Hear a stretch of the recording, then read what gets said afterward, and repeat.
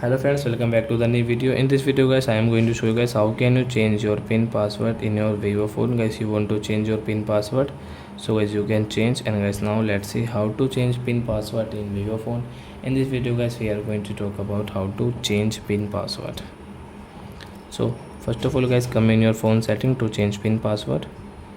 Then guys, scroll it and guys click on the security setting, and guys click on screen lock, and guys enter your password.